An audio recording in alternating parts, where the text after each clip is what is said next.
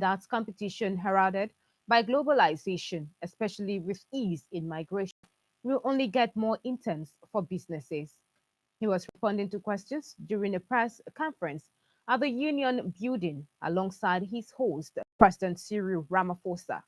In a statement by Senior Special Assistant on Media and Publicity, Garba Shehu, President Buhari said authorities should be more proactive in detecting early signals of violence between competitors, while migrants and companies should adhere to the local laws of countries. He said the police must be on alert not to allow violence to escalate. President Buhari said the business world had turned out more dynamic over the years, with foreigners competing with locals in businesses that were initially considered low. He said the panacea only be, would it be for security agencies to show more interest in market operations, players, and likely areas of tensions. The president likened the situation of Nigerians in South Africa to Ghana, where competition at low levels of the economy breeds intense competition, noting that it will keep growing with population explosion. He told Nigerians living in various parts of the world, especially in South Africa, to adhere with the laws of the country they reside and ensure compliance with market laws. Earlier in his remarks, President Buhari condemned attacks on Nigerians and the burning of their property in South Africa, describing it as unacceptable, while assuring the South African government that their citizens and businesses in Nigeria will always be protected from harm. He also condemned the reprisal attacks in Nigeria. In his remarks, President Ramaphosa said the attacks on foreigners in South Africa, including Nigerians, were regrettable, assuring that his government will work hard to see an end to such attacks. He also condemned reprisal attacks in Nigeria. President Ramaphosa said President Buhari is the first president to embark on a state visit in South Africa since they came into power. President Ramaphosa said his country will also create a more enabling environment for Nigerian businesses to thrive in South Africa, acknowledging that more South African companies operate in Nigeria, while Nigerians were mostly in small and medium scale sectors in his country. The Nigerian Senate on Thursday passed the medium term expenditure framework and fiscal strategy paper. This is coming ahead of next Tuesday's presentation of the 2020 appropriation bill by President Muhammadu Buhari. Following debate on the matter, President of the Senate Ahmed Lawan acknowledged that lack of funds has always been responsible for the poor implementation of budgets in the country. He therefore called on the Federal Inland Revenue Service to ensure that more Nigerians and corporate entities pay taxes so as to increase government revenue. Senator Lawan also stressed the need for economic diversification to help take off the pressure on crude oil and enhance budget implementation. President Muhammad Buhari is expected to present the 2020 budget before a joint section of the National Assembly by Tuesday next week. Worried about the spate of kidnapping and banditry in Nigeria, Senate on Wednesday resolved to enact a special anti-kidnapping legislation for the country. The upper legislative chamber reached this decision after an additional prayer by Senator Matthew Origade to a point of order by Senator Dino Melaye on the activities of kidnappers along Abuja Lokoja Highway. Nigeria has no law specifically for kidnapping, even though treated as a criminal offense in the eye of the law. To curb the nefarious activities of kidnappers, a few states have come up with legislation which carries a death sentence. The states will have to domesticate the proposed special anti-kidnapping law, will, if eventually passed. Coming on the order 42 and 52, Senator Dino Melaye narrated how the kidnappers have taken over the Abuja Lokoja Highway.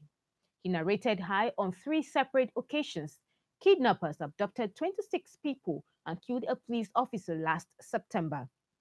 The Kogi West lawmaker called for a citizen diplomacy that will make the life of every Nigerian matters, asking the Senate to call on the Inspector General of Police, Mohammed Adamu, to intensify efforts to protect citizens. But apart from this, Malaya asked the Senate to do something different and more aggressive. In his contribution, Senate Minority Leader Eyinaya Abaribe wondered what more could be done to stem the tide of insecurity that has engulfed the entire country. Speaking, Senator Danjuma Goje also lamented how kidnappers have made everywhere in Abuja and his constituency unsafe. He called on government and the various security agencies to deploy technology to track the criminal elements. While the president of the Senate, Ahmad Lawan, asked for a review of the country's security architecture, pointing out that we are not getting the best out of them. He said there was need to increase the budgetary allocation of the various security agencies to enable them function more effectively. Senate agreed to the proposal and subsequently resolved to enact a special anti-kidnapping law while asking the Nigerian Immigration Service and other relevant agencies to intensify efforts to effectively secure the borders. Hunger, poverty, and unemployment in Nigeria have again been identified as the root causes of the unending security challenges in the country. These and more were the thoughts of some stakeholders at the one-day symposium held in Abuja this Wednesday with the theme Nigeria Security, Discourse, Peace, Prospects, Challenges, Issues, and Way Forward. The report. Addressing Nigeria's security challenges remain a knotty nut to crack. After several talk shops and recommendations from varied interest groups, insurgency, banditry, kidnapping, and other forms of criminality are just not going away. Despite efforts by the federal and state governments, at another forum organized by Global Initiative for African Development this Wednesday, former Vice Chancellor of Sokoto State University, Professor Nuhu Yakubu, said whatever Nigeria is experiencing today is not strange to other countries. He therefore recommended the need for all Nigerians to become vigilant and contribute their quota to safeguarding the security of the nation. The relationship may appear tangential, as the concept of security has only a synonymous relationship with the concept of defense, which, in the traditional analysis of security, is the military aspect that tends to be generally emphasized, to the utter neglect of the really germane issue in the concept with respect to what should be the major concern to policymakers and implementers. Also speaking, Deputy Senate President Ovio Omoagege, represented by Abu Melvis Usman, called on the organized private sector to join in the fight against terrorism, kidnapping, and armed banditry, rather than sit on the fence and push blames. It is very important that we realize when to play politics and when to avoid utterances and actions that have the potential to diminish us as a people. The unfortunate thing is that these negative campaigns that blow the vices mentioned out of proportion create so much tension and scare people away from their legitimate endeavors.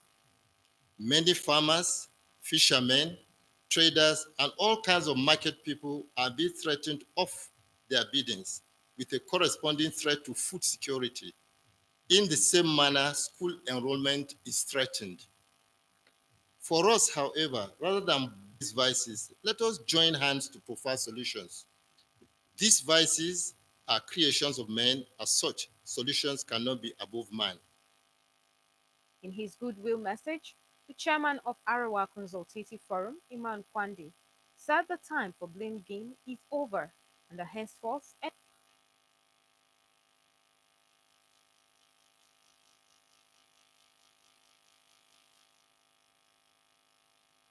henceforth officers and men of the Nigerian army engaged in drug abuse need to steer clear.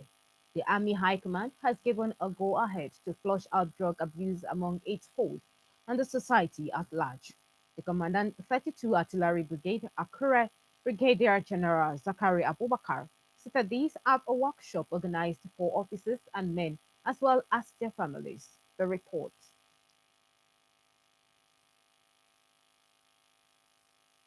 The lecture is organized for junior and senior officers of the 32 Artillery Brigade Akure to discourage drug abuse among men of the brigade. Commandant 32 Artillery of the Nigerian Army Akure Brigadier General Zachary Abubakar says there is need for officers of the Nigerian Army to be in a right frame of mind for effective service delivery. Officers and soldiers are also affected by the use of drugs. These have had a lot of consequences on the society at large. The Ondo State Commandant of the National Drug and Law Enforcement Agency, NDLEA, Haruna Darga, who was the facilitator, said such workshop will further help men of the Nigerian Army to be more focused and serve as ambassadors against drug abuse in the society. Some people in uniform will want to take these drugs. And we talked about the predisposing factors or why they take these drugs.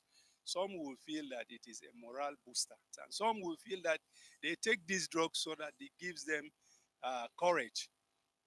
But that is all fallacy. The 32 Artillery of the Nigerian Army also recommended that the campaign against drug abuse should be extended to the larger society to address growing cases of substance abuse, particularly among youth. Of older persons estimated to grow from 962 million to 1.4 billion globally by the year 2030. With the number of the elderly outnumbering the youth, experts say the figure represents an increase of 46%, warning that crushing poverty exposure to diseases will be rampant in developing countries, particularly Africa.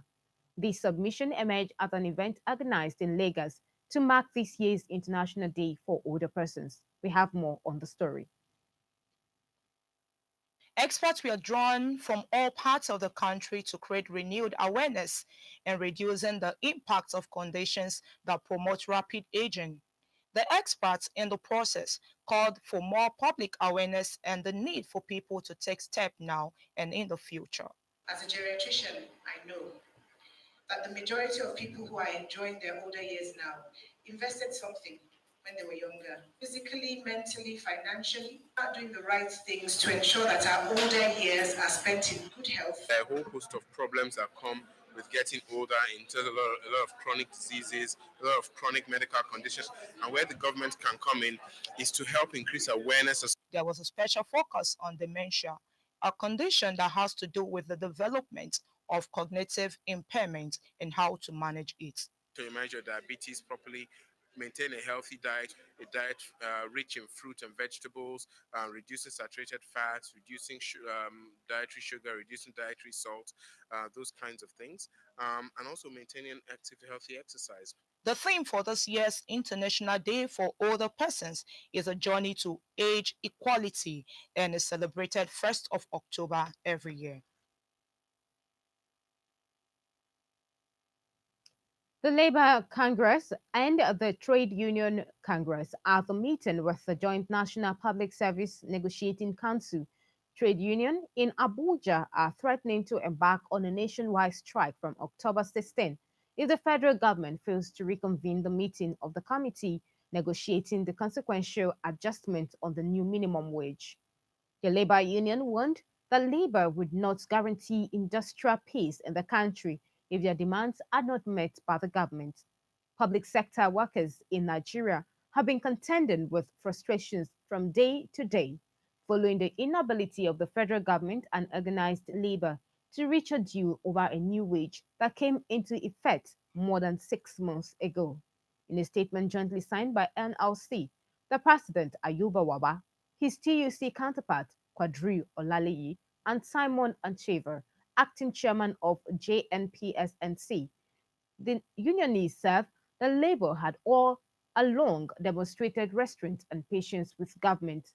He noted that Labour had to moderate its initial position of having 66.6% upward salary adjustment for workers on salary grade level 07 to grade level 17 by accepting downward adjustment of 29% for officers on salary levels grade 7 to 14 and 24% adjustment for officers in salary grade levels 15 to 17. Despite this patriotic gesture, the government has kept insisting that it can only pay 11% for officers on grade levels 07 to 14 and 6.5% consequential wage increase to public workers for officers on levels 15 to 17. According to them, the naira has suffered devaluation from 150 naira to $1 in 2011 to 360 naira to $1 in 2019, a depreciation of 140%. The unionists said that since the last national minimum wage of 18,000 naira was put in place, workers had been forced to suffer huge inflation and astronomical hike in the prices of essential goods and services. You're watching Clearview Television News. The news will continue shortly after this timeout.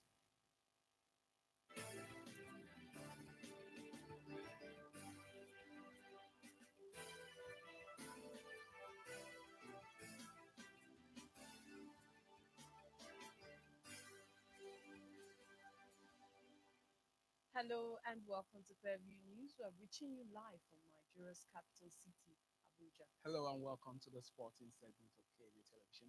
How do you describe this your encounter with Jesus Christ and getting born again? I wasn't looking for Jesus. He was not lost. I was the one lost. He found me. A man must understand first there is a creative being. Kwarai da gaske to ai in ba zaman lafiya. A Clearview Television suna kokari fiye da nake tsammani saboda na farko dai duk lokacin da mutum ya rabe su ana wani program zai same su. Na'am. Hello guys, welcome to the entertainment today on your favorite TV station, Clearview Television. Everything nice. I tell her night to her birthday. That's why I'm not looking up to him. Okay. If I'm looking up to him now, he say he's having bad hair now. I will start constructing bad hair so that I will be like Papa.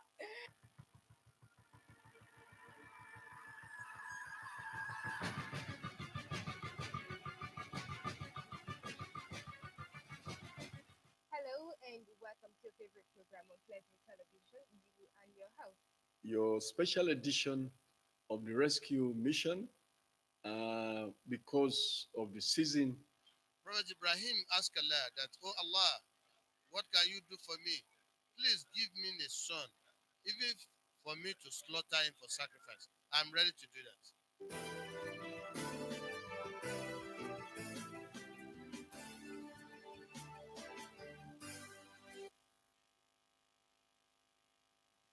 Welcome back. The Kano State Governorship Elections Tribunal has upheld the declaration of Governor Abdullahi Ganduje as the winner of the March 23 rerun election. The tribunal held that the petitioners have failed to declare the scores of the 9th March election by tendering certified true copies, and that their participation in the March 23 rerun means that they have waived their right to claim victory in the 9 March election. As our correspondent now reports, the Justice Halima Shamaki-led tribunal dismissed the petition filed by the People's Democratic Party and its governorship candidate Abba Yusuf for lack of merit. Delivering judgments, the chairman of the three-member panel the nullification of Ganduje's victory in the March 9 governorship election in the state. She held that the petitioners have failed to declare the scores of the 9th March election by tendering certified true copies. Justice further said that the petitioners' participation in the rerun means that they have waived their right to claim victory in the 9 March election. While noting that most paragraphs in the petitioner's final address are speculative, Justice Halima said the Gamma result was written manually with a pen and thus raises questions with regards to its authenticity. Reacting to the tribunal's judgments, lead counsel to the All Progressives Congress, APC, Musa Lawal, said the reaffirmation of Governor Ganduje's re-election victory is a clear vindication that the election was free and fair and devoid of violence. The tribunal upheld our objection and basically dismissed the petition. It went further to test the witnesses It found out from the witnesses that the petitioners were the one responsible for the disruption of the election of in Gama. It found out from the petitioners that there were overvoting and violence on the 9th of March. So INEC was right in cancelling some of those polling units on the 9th of March. The court was saying that the burden of proof is always on the petitioner, and that burden never shifts. And the court is of the opinion that the petitioners failed woefully to establish their claim before the court. However, counsel to the People's Democratic Party, Bashir Mohammed, says the tribunal's ruling cannot stand as his clients will appeal. I am to assure you that we are going to appeal this decision because to us, the tribunal does not understand the petition that we presented before it. There are so many irregularities. As you can hear the judgment, the court itself say that it has the petition that we filed is not statute barred, which means that we file in time. But later in the judgment, the tribunal said is statute barred. There are so many discrepancies. House before the tribunal's judgment, there was heavy security presence as all major roads and entrances leading to the court venue were blocked by the police and other security operatives. And from Bauchi, the Bauchi state capital, comes this report that the Governorship Election Tribunal sitting has adopted the final written addresses by the parties involved. A correspondent reports that judgment has been fixed for Monday, October 7. The tribunal, after entertaining arguments from both sides of the petition, fixed October 2nd for final submission of written addresses by counsel to the petitioners and defense. The counsel based their submission on overvoting and unlawful numbers of votes recorded. In their final submissions, the first, second, and third respondents urged the tribunal to dismiss the petition filed by Muhammad Abubakar and the All Progressive Congress (APC) for lack of merits. The defense team contended that the witnesses called by the petitioners only acted based on hearsay and therefore their testimonies cannot be relied upon. The issue of non-compliance comes as a polling unit because that is where the vote was cast. That is only because you say that is irregularity or there's non-compliance. But where you both call somebody who was not there to give evidence of what you have not seen, what you have not heard himself, what you have not smelled, what you have not tested, we call it hearsay. The defense counsel further argued that apart from the unreliable testimonies of the petitioners, witnesses, the substantive petitions themselves lack evidence as demanded by law and therefore should be thrown out. We have adopted our final written addresses and we have asked the Honorable Tribunal to dismiss this petition because it's lacking in merit. We have shown that no evidence whatsoever had been brought before this tribunal to support the allegation of overvoting and non-compliance which they claimed. In their final written address, the petitioner-led counsel, Momo Mike, said the arguments canvassed by the first, second, and third respondents in the matter are not tenable in law and urged the tribunal to uphold its petition before it. Entirely among the reliefs we are praying before the court is for the court to nullify the elections, deduct the unlawful votes allocated to the first and second respondents in the 2019 governorship election. We're asking the court to nullify those polling units, deduct the unlawful votes. With the legal fireworks over, the Bauchi Election Tribunal has fixed judgment for Monday, October 7th, to determine who actually won the governorship election in Bauchi State. You're still watching Clearview Television News. More news to come after this timeout.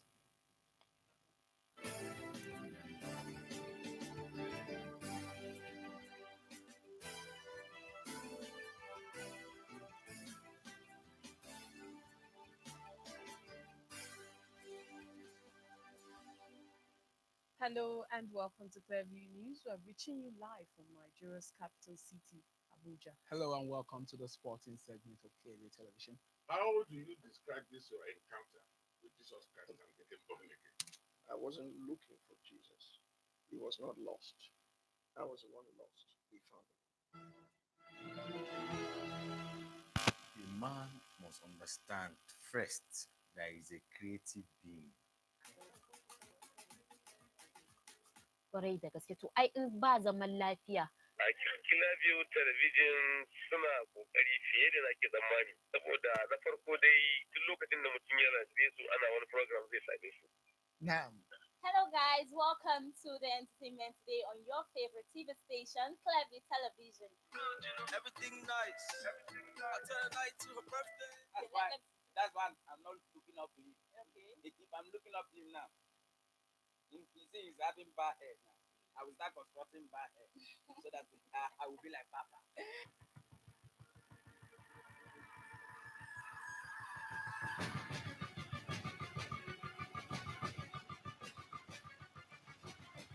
Hello and welcome to your favorite program on Clearview Television. You and your host. Your special edition of the rescue mission because of the season. Prophet Ibrahim asked Allah that, oh Allah, what can you do for me? Please give me a son, even for me to slaughter him for sacrifice. I'm ready to do that.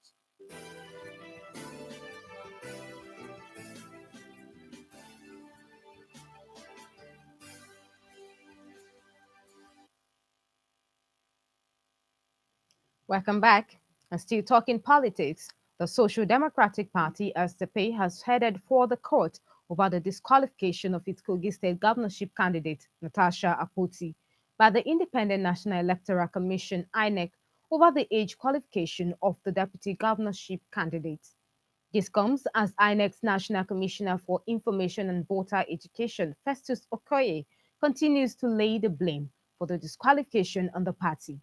Clever TV's Aniete Patrick now completes the story.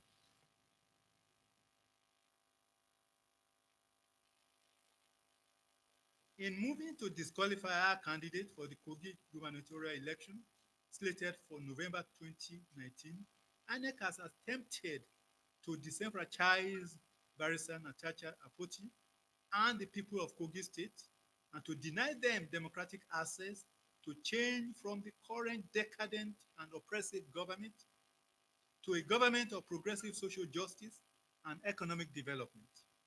The deputy governorship candidate is not a product of the party's primary, but a nomination of the governorship candidate, and she has the prerogative to change or withdraw this candidate. The candidate of the Social Democratic Party has gone to court, and the Independent National Electoral Commission has been served with her court processes. And she went to court on the 25th day of September 2019, and they believe that they have a constitutional grievance. It is incumbent on them to allow the judicial process to run its course. On the argument that the SDP candidate Natasha Akpoti presented an underage running mate, Okoye, in a telephone conversation with Clearview Television, speaks further on the Commission's position and the need for the law to take its course. Okay, basically, from what the argument they have as a party is that they're still working in the ambit of the law. They still have a time frame to substitute and give you, because they started with submission of name. Yes, you didn't go with the name, they didn't even go down with you. But nomination process still gave them the time frame to come up with somebody else, because